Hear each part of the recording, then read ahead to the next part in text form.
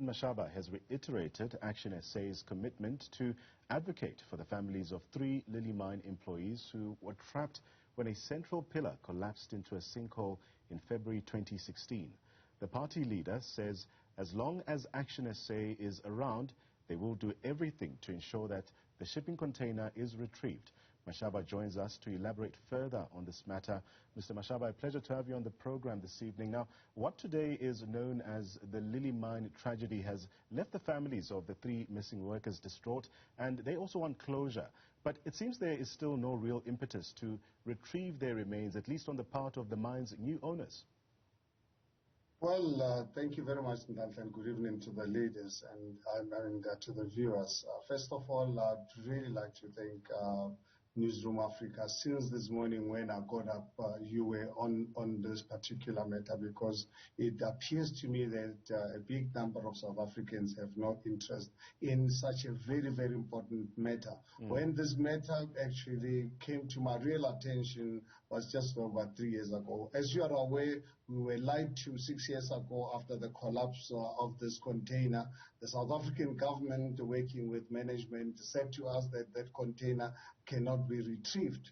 And when I was consulted for my intervention and I went over, I really immediately discovered and realized that something is amiss here.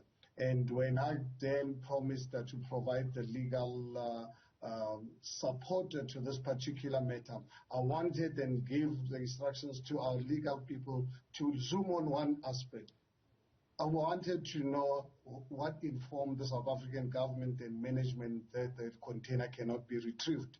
It had to cost us to go to court and to actually discover and expose this lie that the South African government and management lied to us, people of South Africa and the world, and the families in particular, that that container cannot be retrieved. It is for that reason, us as ActionSA, we are saying we are really committed to ensuring that those 3 miners are that container is retrieved, because that container is retrievable. There are companies that are willing to retrieve that container, but management working with DMR and the business rescue practitioners, they are making it impossible for anything to really move. And I think that's something really of major concern to us as fellow South Africans. I want to zoom into the role of government here. The family members of these workers have camped near the mine in a bid to get the recovery mission restarted. They even called on the government to also assist them to recover the remains of their loved ones. But their call appears to have fallen on deaf ears. And what do you make of the attitude of government towards this plight? Well, as I said, it started by them lying. They're lying to the families and lying to South Africans, lying to the world that container cannot really be retrieved. And as I've already indicated, it took us to go to court to compel them to give us evidence and what informed them scientifically that that container cannot be retrieved, and they could not produce any evidence to that effect. They have now accepted that that container cannot be retrieved, but it can be retrieved. But what I find it really very difficult to understand, as you are aware, in the mining industry in this country, all the mining rights belong to government. Government has got a right tonight or tomorrow morning. They can actually revoke the mining license of this the company of Vantage. But for some reason, they've been really saying to the families that this matter is outside the jurisdiction, which is another total lie, because they know that 3 of our fellow South Africans have been underground. The families, 2 weeks ago, as you are aware, spent 2 days at the mine, when the families and former miners have been camping there for over 1,000 days when I went. So there's now over 1,000 days. And unfortunately, the DMR government was invited to come and actually share the pain of the families. They failed to show up. I want to reflect a bit on the timeline here and track a few steps back. In 2017, an inquiry by the Department of Mineral Resources into this collapse revealed that it was caused by a waterlogged surface. What do we know about the safety standards at the mine currently? Let me tell you, in South Africans, this accident was bound to happen just before, 2 years before the collapse of this mine. The mine management had two scientific mining engineers that warned them about the reckless way on which they were mining, that an accident is bound to happen. And those reports are part of what is actually before the court today. That is why mine management working with the DMRE and why government is protecting the owners of this mine is something that will one day come out, because it really does appear that there must be high political people who are involved in this saga, because mine management, they must face criminal charges. Actually, they must be charged for murder of our people. And in that case, it is not going to go anywhere until such time that that container is retrieved.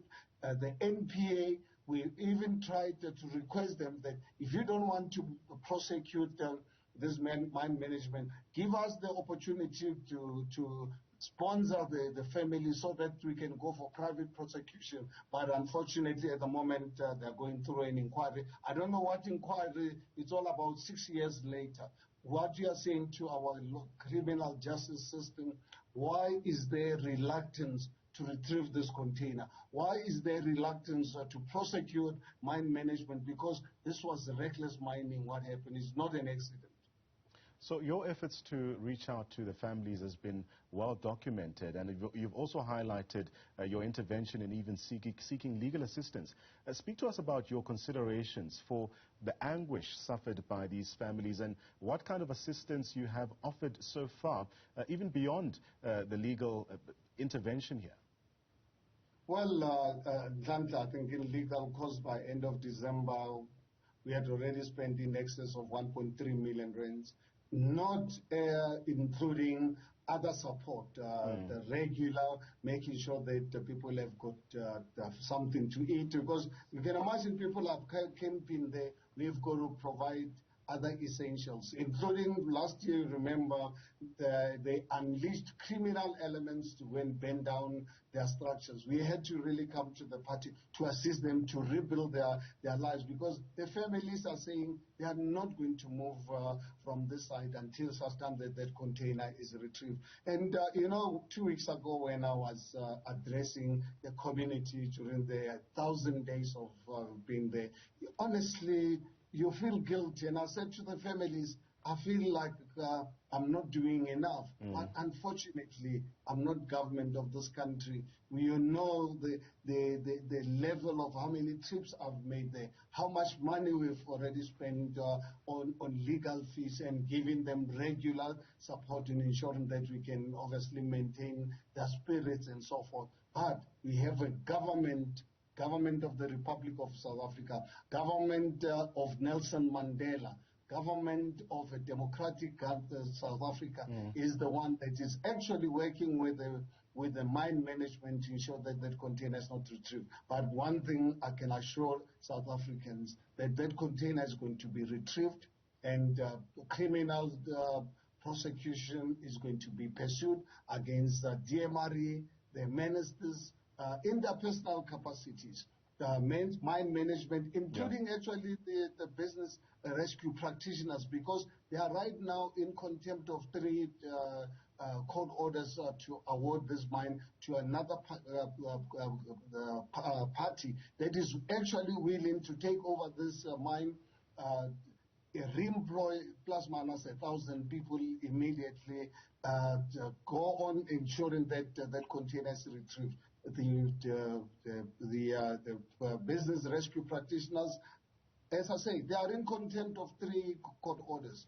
But our legal people are saying, you know what, they'll run out of options one day. And I think what you, as Newzroom Afrika, the role you played today in particular has been wonderful, because I can tell you, you've awoken up South Africans to realize that the lives of Pretty, Yvonne, and Solomon, their lives matter. So as we wrap up our discussion, some families also want to perform rituals and prayers at the site of this accident. Very quickly, what significance is this, especially when considering that in the beginning they wanted Sangomas to also even connect with the spirits of the three? I think I listened this morning to one of the interviews you had with Professor Nduli, and you know, it is, you know, okay, I can say it's deeply touching to me. But you can imagine the families of the three, the fellow miners knowing where their colleagues are lying, and having a government that's refusing to give them the opportunity. The families are saying, please give us an opportunity to have proper burial for our loved ones. So please, one of the Sifiso, Yvonne's brother, I had to leave university, was studying at UJ, had to leave school. Up to today, he's camping there. He's given up on his life. And I actually listened to him earlier on your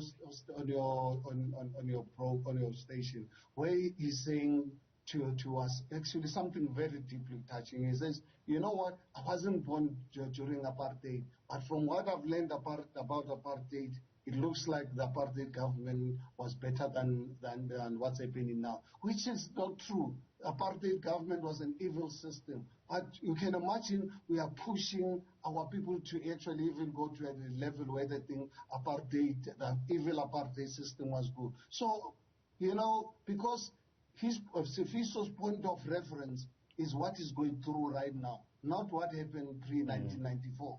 So we're giving him all the reason to say, but if you are saying apartheid was evil, look at me now. Look at my lived experience. And you know, for me, as a black South African, it's a reflection on me when he is saying, Sifiso, as a youngster who was born after 1994, he's saying, you black leaders, you're not trusted. We'd rather have white people coming back to govern us.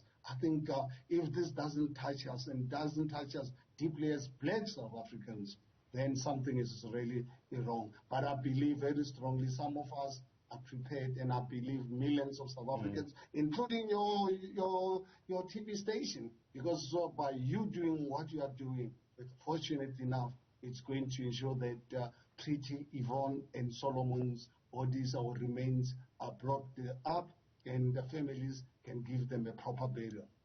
ActionSA leader Herman Mashaba speaking there to us on the anniversary of the Lily mine tragedy, as the remains of those 3 mine workers still remain trapped underground.